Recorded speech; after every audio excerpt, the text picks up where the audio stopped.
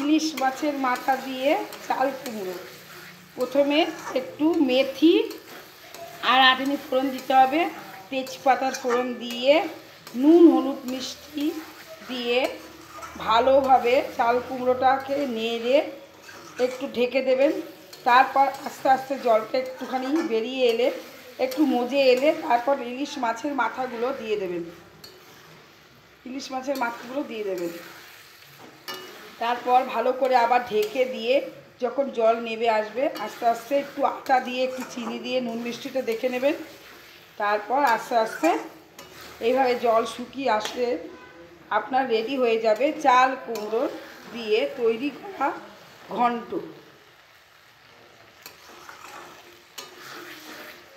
গরম গরম ভাত দিয়ে খেতে খুব সুন্দর লাগে বন্ধুরা।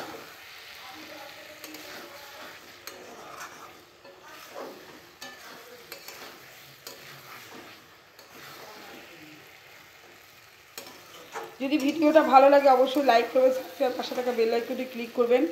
আবার ফিরে আসবো অন্য কোনো ভিডিও নিয়ে। বাই বাই বন্ধু, ভালো থাকবেন, সুস্থ থাকবেন, অপরকে ভালো রাখার চেষ্টা করবেন।